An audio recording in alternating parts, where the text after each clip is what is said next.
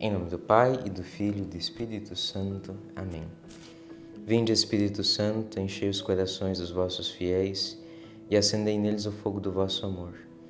Enviai vosso Espírito e tudo será criado, e renovareis a face da terra. Oremos. Ó Deus, que instruíste os corações dos vossos fiéis com a luz do Espírito Santo, fazei que apreciemos certamente todas as coisas segundo o mesmo Espírito e gozemos sempre da sua consolação.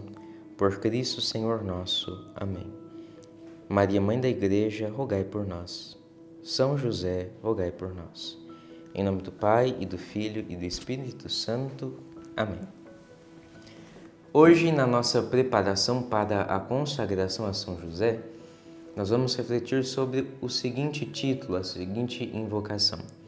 São José, guarda da Virgem, rogai por nós. Aliás, casto guarda da Virgem, rogai por nós. Casto. São José era casto. Ele vivia a castidade. Ele era um homem de coração puro. São Francisco de Sales escreve assim: era necessário que a providência divina a confiasse Maria, aos cuidados e à tutela de um homem absolutamente puro. São José era um homem puro de coração. O que é a castidade? Deus, Ele nos fez humanos, né? Nós temos corpo e alma juntos, unidos, inseparáveis. Nós não somos nem como os animais, que são apenas a dimensão material. Nós não somos como os anjos, que são apenas a dimensão espiritual, mas nós temos corpo e alma, né? Essas duas realidades juntas. Faz parte da nossa realidade corpórea a sexualidade, a afetividade, os desejos, os afetos. Tudo isso é criado por Deus. Tudo isso é dom de Deus. A sexualidade, ela é um dom de Deus. Entretanto, por causa do pecado, nós podemos usar a sexualidade de uma maneira errada, de uma maneira distorcida, de uma maneira que não está conforme o plano de Deus. E é isso que nós chamamos de luxúria.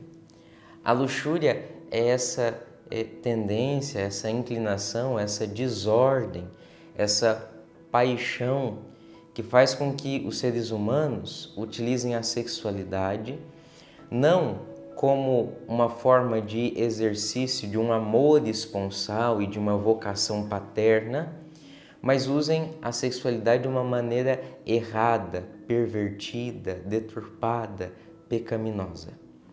A sexualidade em si, ela é um dom de Deus, mas através do pecado a gente perverte esse dom.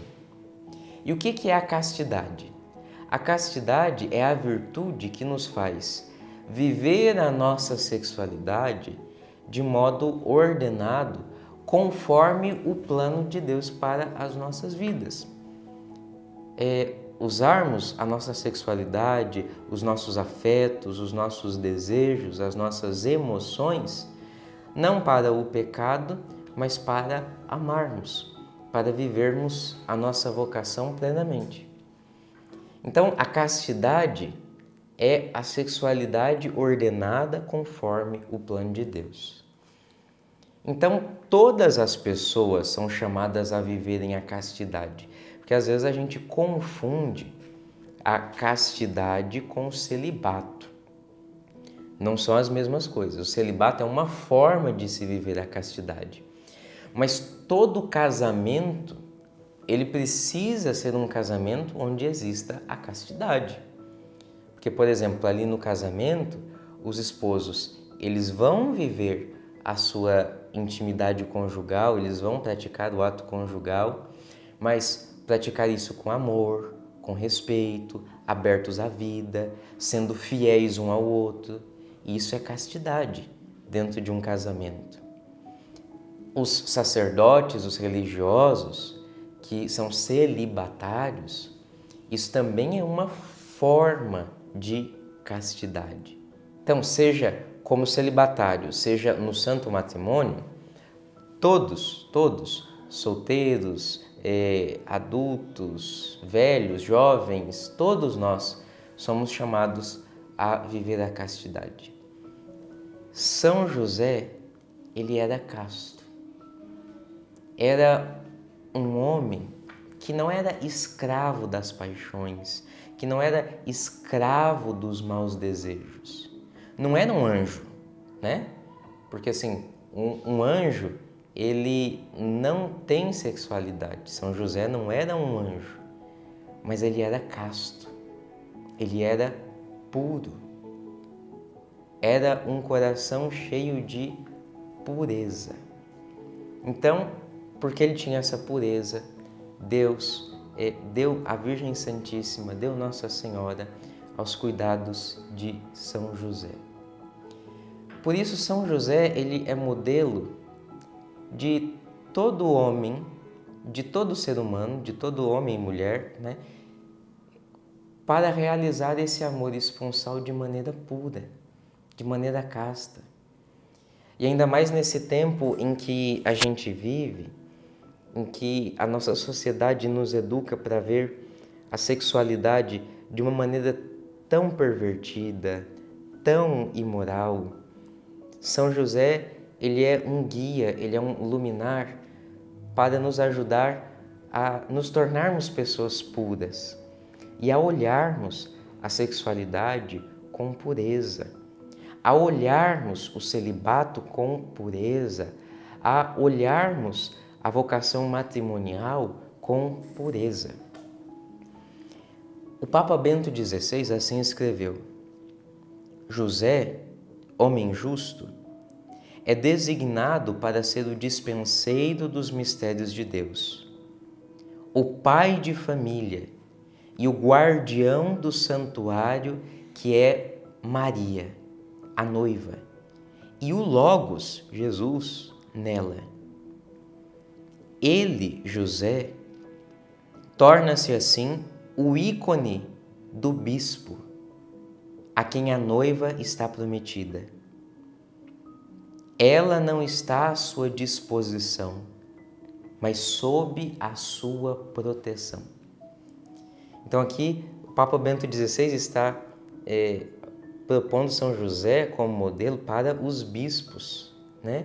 Porque os bispos, eles também são chamados a ser pais e esposos. Isso serve para os sacerdotes, isso serve para o pai e para a mãe de família. Olhar São José como esse modelo de pureza, esse modelo de castidade. A pureza, ela é para todos. A castidade, ela é para todos. Como disse, inclusive para os esposos. E é possível ser casto, ser puro, vivendo um casamento. Ao longo da história da Igreja, nós temos muitos santos que foram esposos, que foram pais e mães de família, que não foram celibatários, que tinham intimidade conjugal, mas eram castos, eram puros. A gente conhece o exemplo de São Luís e Santa Zélia Martin, né, os pais de Santa Teresinha, mas tantos outros santos ao longo da história da Igreja. E existe uma festa litúrgica que recorda o casamento de São José e de Nossa Senhora, que é no dia 23 de janeiro. São José e Nossa Senhora, eles foram casados e eles podem ser, por isso, modelo para todos os casais, modelo de uma vida de santidade. Embora não houvesse união de corpos entre os dois, havia uma verdadeira e profunda união dos corações, uma verdadeira e profunda doação mútua, um verdadeiro e profundo companheirismo, fidelidade, que fazia de fato com que os dois fossem casados, apesar de ser um casamento chamado casamento josefino, um casamento virginal. Na Sagrada Escritura não tem nada relatado sobre o casamento, o dia mesmo do casamento de São José e de Nossa Senhora. Mas existem alguns místicos que tiveram algumas revelações que falam aquilo que eles viram sobre o casamento de São José e de Nossa Senhora.